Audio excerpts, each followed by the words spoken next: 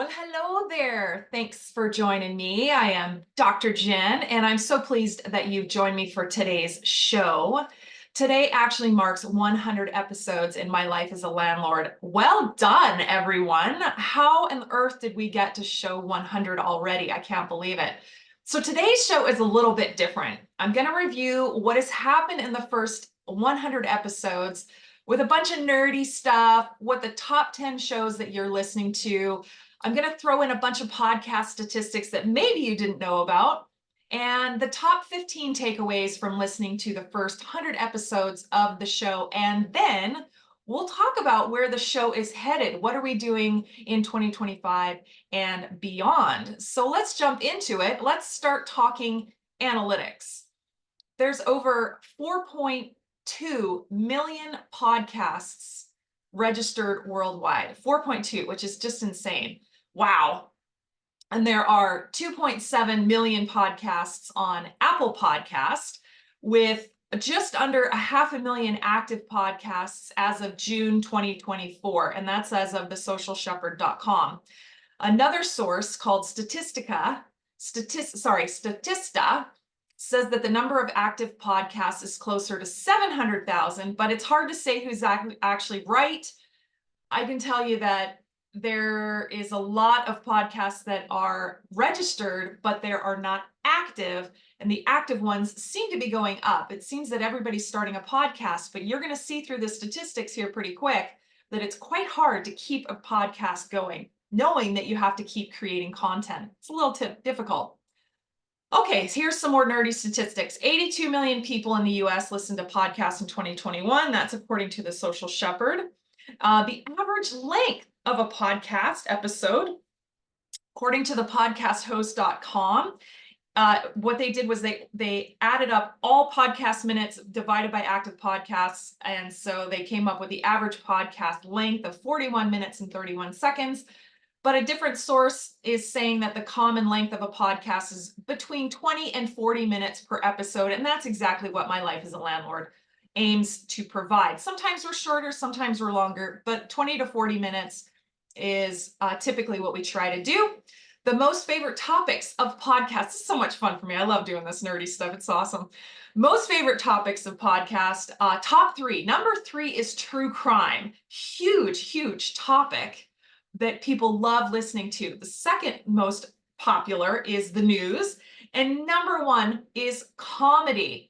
But you might be asking, where on earth is education or business or even real estate? Well, I can tell you that none of those topics even crack the top 15. And that's according to listennote.com's podcast stats. Wavepodcasting.com also notes that if you're starting a podcast in 2024, topics of finance and business should be a consideration for you. So it looks like people's interests in education and in business are shifting a bit to current. A lot of the podcast statistics I saw were from in the middle of COVID, and it looks like there are some more updated ones coming. On average, podcast listeners tune in to an average of 8 different shows per week, and that's per buzzsprout.com. And here's an interesting one. How many podcasts have less than 3 episodes? Meaning that they just got started and then they sort of died on the vine even before they got to 3 shows.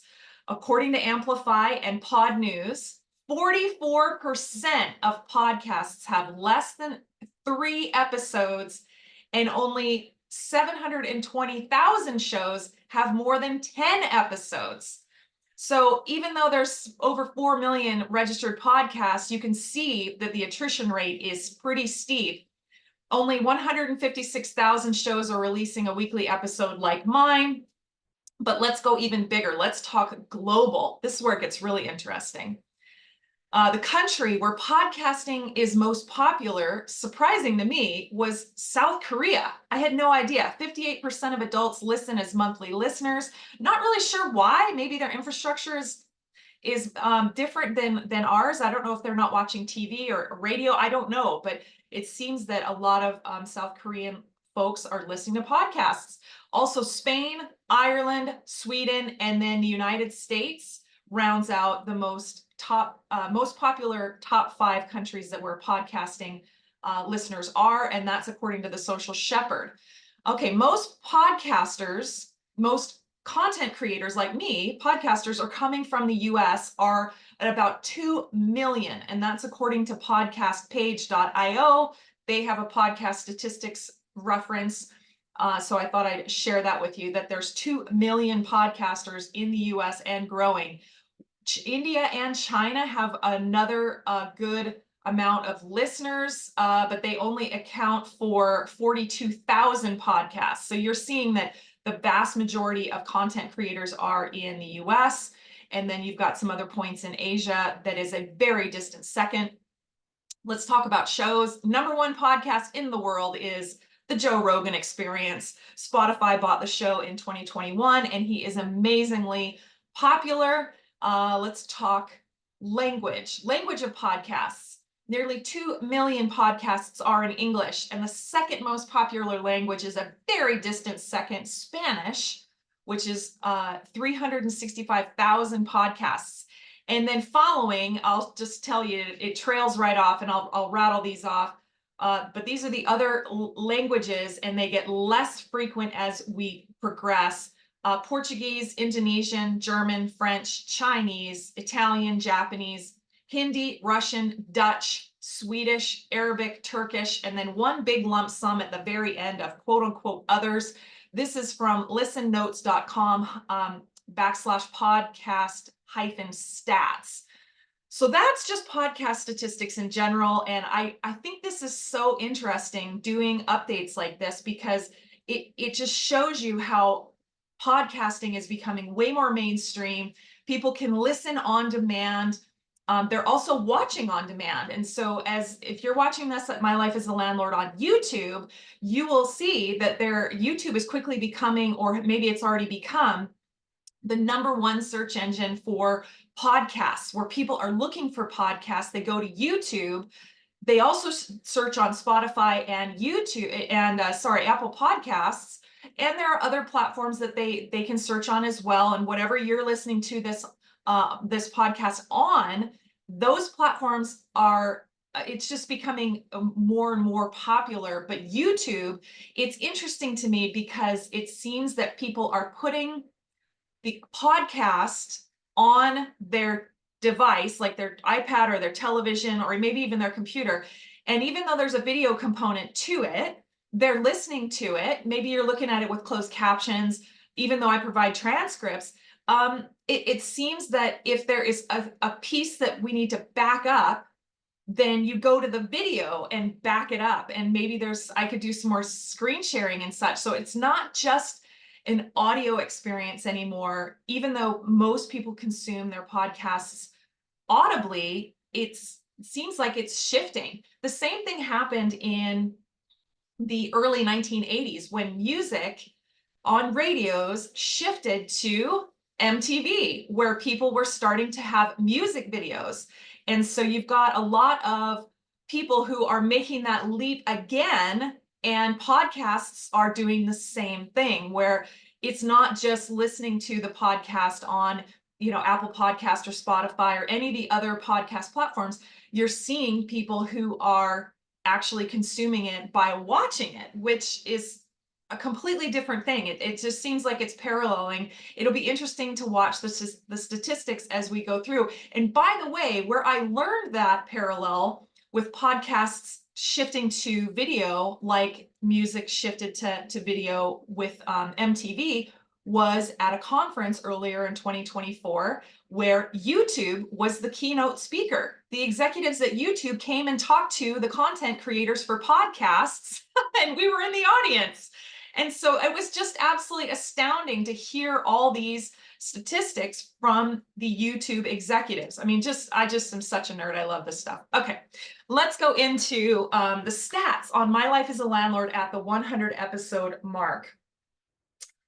Okay, so 100 episodes as of now. Of course, I'm not recording this on the date that this is airing, so this is not up to date as of the airing. It's the date of the recording.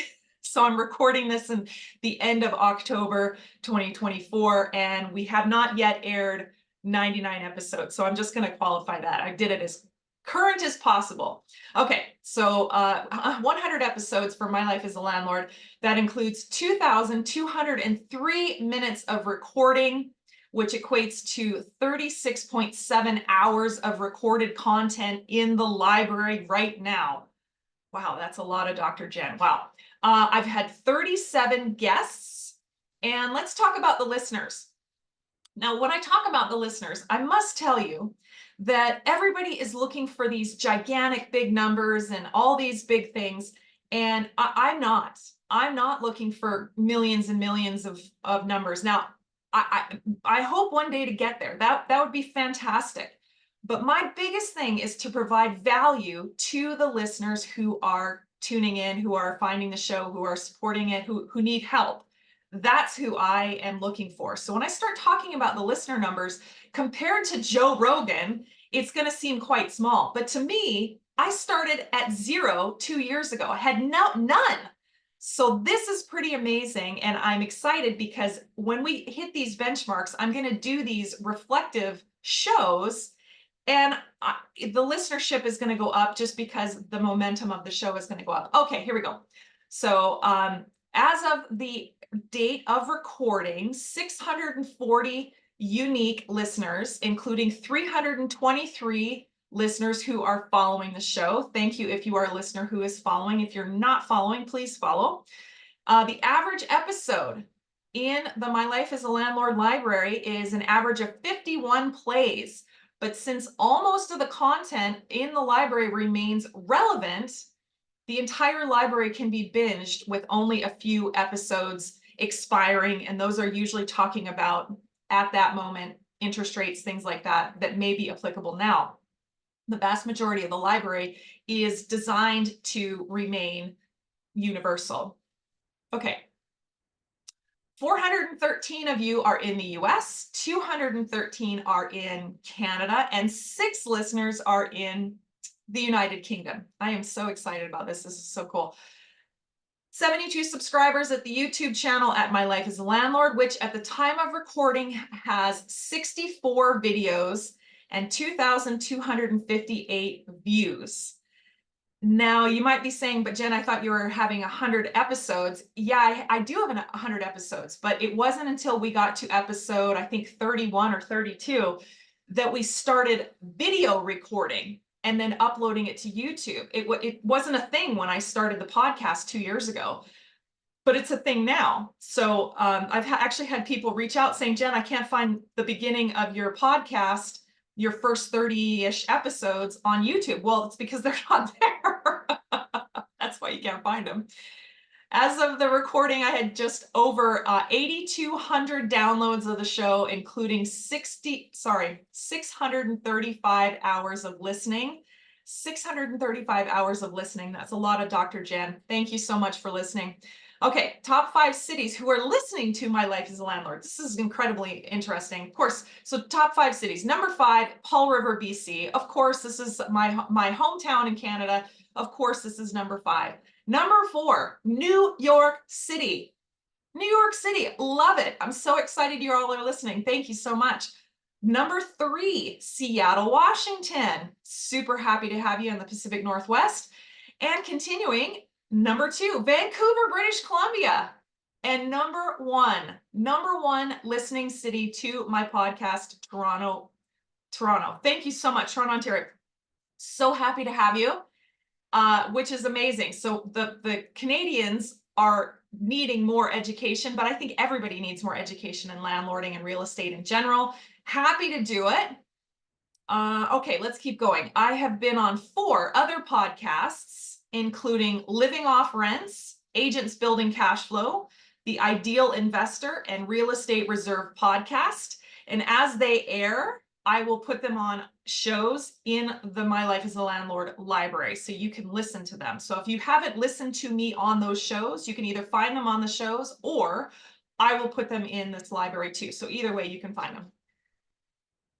All right, I started with top 10 shows that you listen to at My Life as a Landlord, and I found that number 10 and 11 were really close, so I included it. So here's the top 11 shows that you listen to at My Life as a Landlord. Okay, number 11, After the fact fun, all about after the fact permits, whether you did something unpermitted and now you're having to fix it, or you bought something that was unpermitted and you're having to fix it, whether you knew it had to be fixed or not, talking about the pain and the discomfort of doing after the fact permits, which is kind of difficult if you've never been exposed to it. I even find it difficult, and I've done it quite a bit. Okay, number 10, turnkey real estate investing with Scott Stanfield. You may remember Scott. Scott is a former NASA contractor and quite analytical, like super, super nerdy, like me. And just to hear him talk and hear him use different words, he just goes way, way, way analytic, way deep in the weeds. Super fun to have him on, and clearly you guys really like listening to him. I liked interviewing him. I'd love to have him back on the show in 2025 or later. So turnkey real estate investing was the 10th most listened to show. Okay, number 9, how to not chase people for money. In one of the rules, which is one of you're going to see one of the most listened to topics, was the rules in general that I started the show with. How to not chase people for money is actually one of my rules. And so I instantly had a listener ask me, well, Jen, you say this is don't chase people for money, but how? How do you not chase people for money? So in this show, we talk about how we don't chase people for money. Okay, number 8 most popular listened to show in my life as a landlord, using a local co-signer, how to rent to a first-time tenant. Again, this is all about tenant screening and making sure you get the right people in your units. Number 7, who is this lady? You guys wanted to know about me. In fact, you want to know more about me, but that's okay. We'll get to it. Number 6, Section 8 nuts and bolts with landlady Wendy Myers. Landlady Wendy Myers, she's got a book and all kinds of speaking stuff going on. Ask the Landlady. So if you're interested in talking more about Wendy Myers, you guys obviously you want to listen to more of what Wendy has to say. And she's got way more doors than me. She's got a way bigger portfolio than me. So her management is different than what I do, which is why it's so interesting to talk about different aspects of landlording with Wendy, which is cool. Number 5 kind of surprised me. In the library, a series of 3 shows about animals. And so we talk about pets and my pet policy. We talk about service animals, emotional support animals, which is typically US based.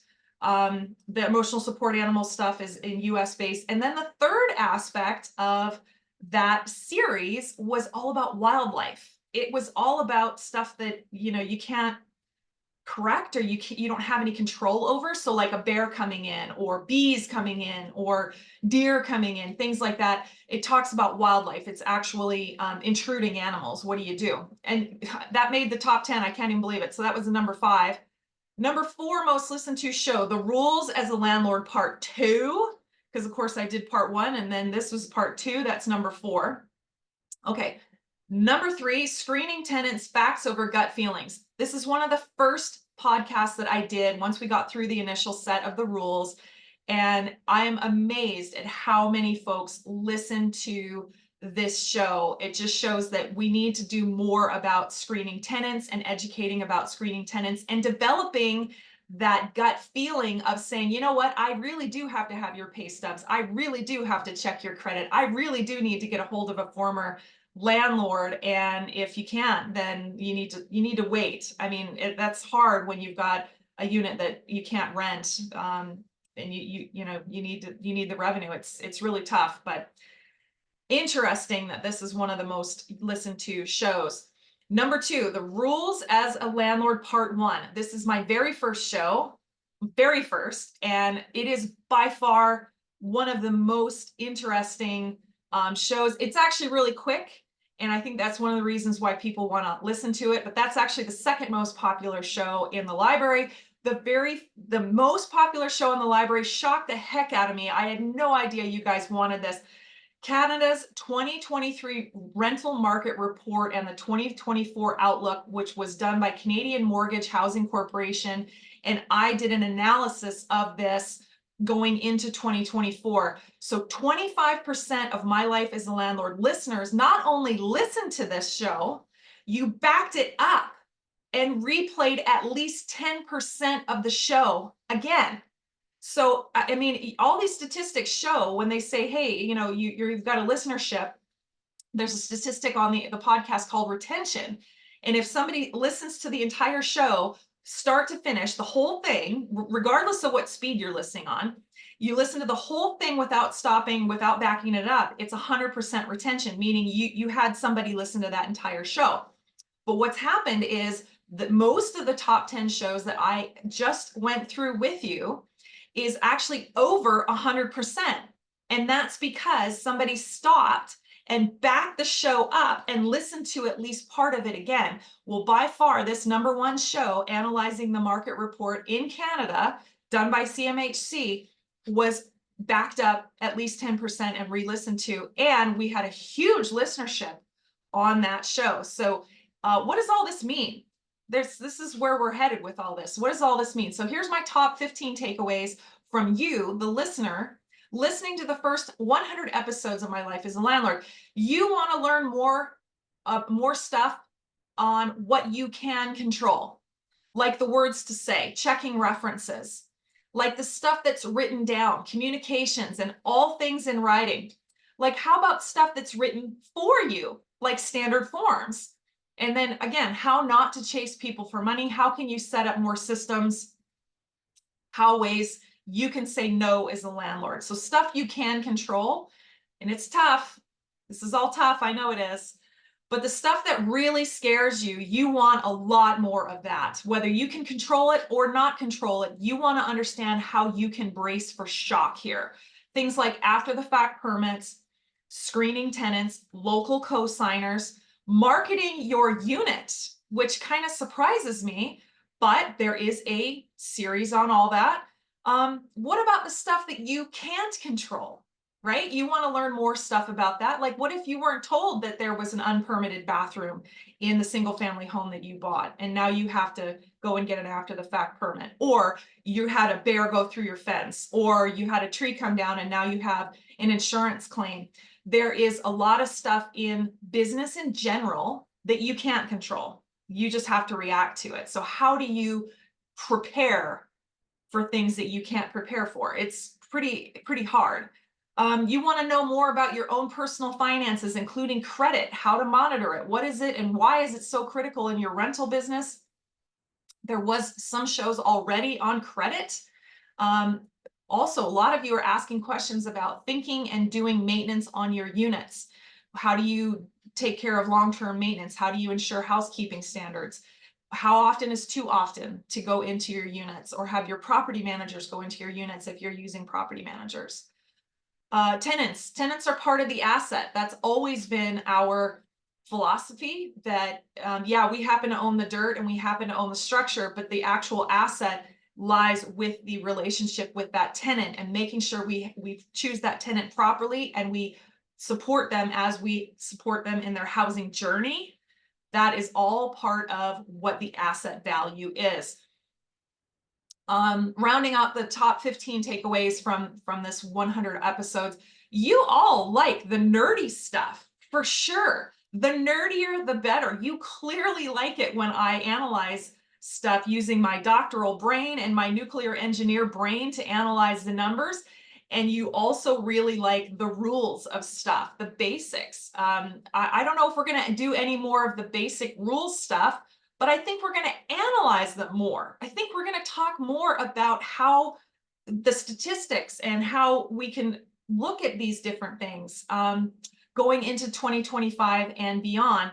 Now, what does the show look like moving forward? So here's my take on this, and this is what my job is, to listen to you and to provide value to listeners. So the shows that coming up, I don't just take every guest that approaches me, and whether you realize it or not, I actually get approached almost every day for people to be on My Life as a Landlord, almost every day in some way, shape, or form. I'm in a couple of different podcaster meetup rooms where people are, we're trying to make sure we get good folks. But I don't often take them because they don't align with what you all said you want to hear more of. And so I know the topics I want to guest for, and I seek out guests for the topics. I don't find the guest and then we have a show on whatever they're good at. I don't do it that way. I apparently this is different than other podcasters. I don't know, because I'm just trying to provide value to you.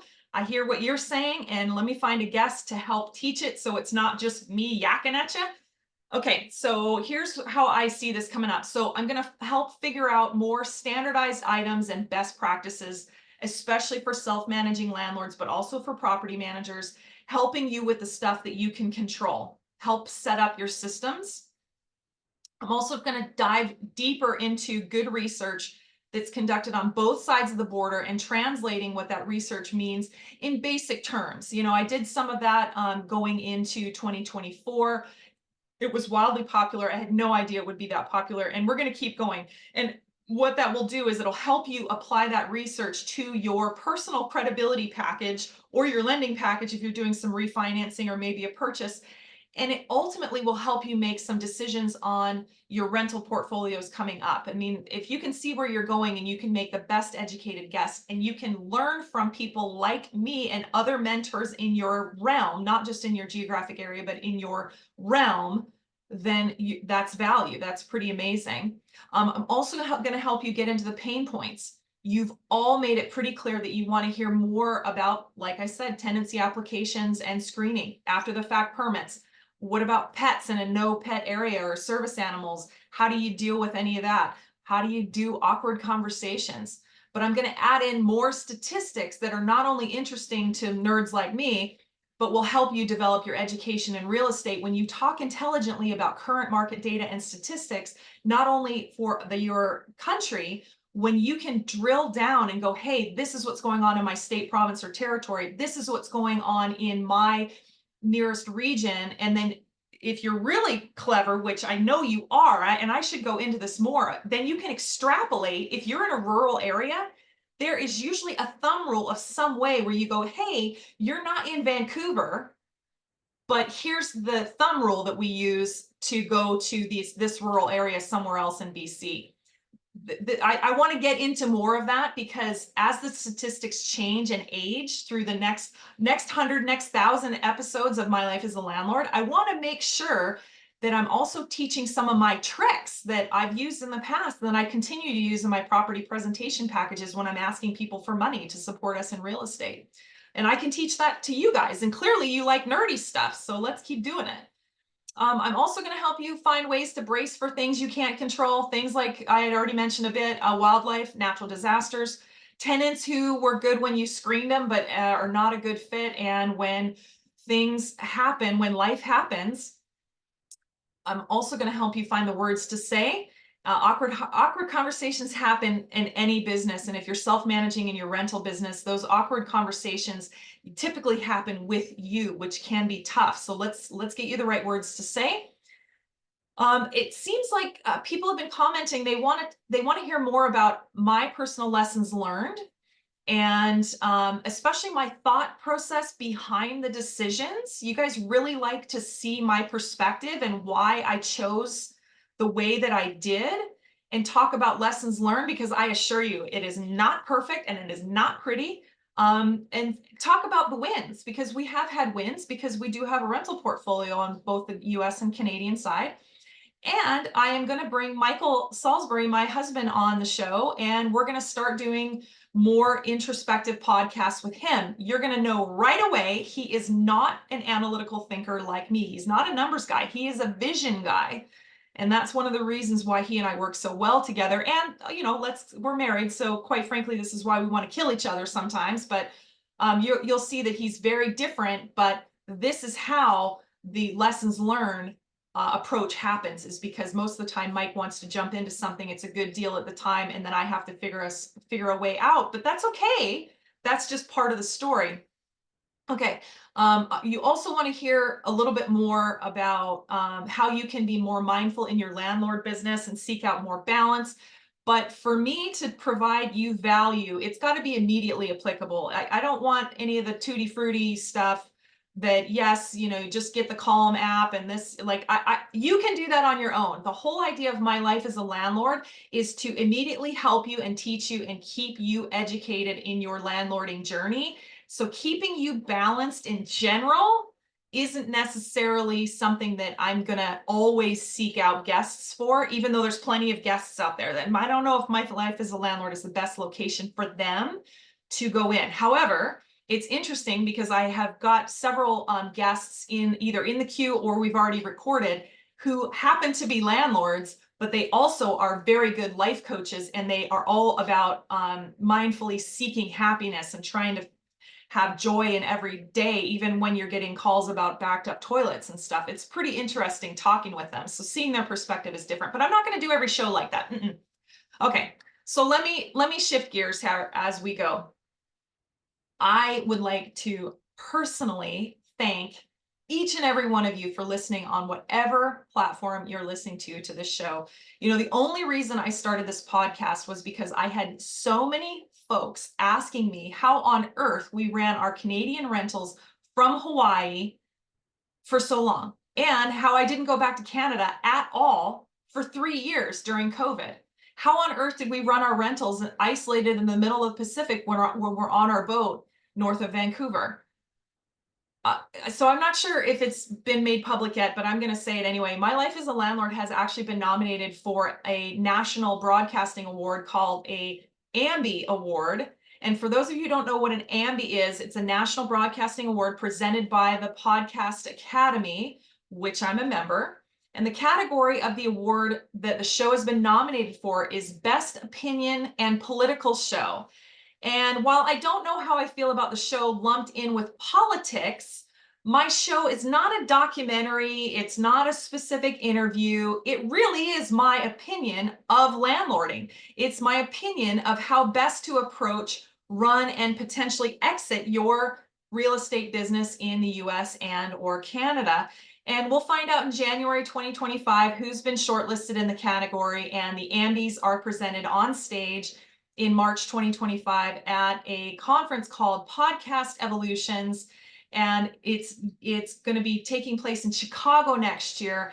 And that was actually the conference that Michael and I were at this year. It was in LA at that time. So we'll be there. And now we've been nominated for an AMBI, which is just such an incredible honor. I had no idea that we were going to be award nominated, which is cool. So I just like to personally thank each and every one of you. This show has given me personally a lot of significance, and it has really stimulated my nerdiness, my intellect. It has kind of gotten my systems that I inherently know because I run my rentals remotely, and I have for years.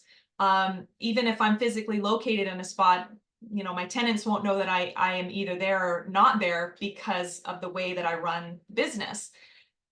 To get that out of my head is hard. It's hard to, how do you do it?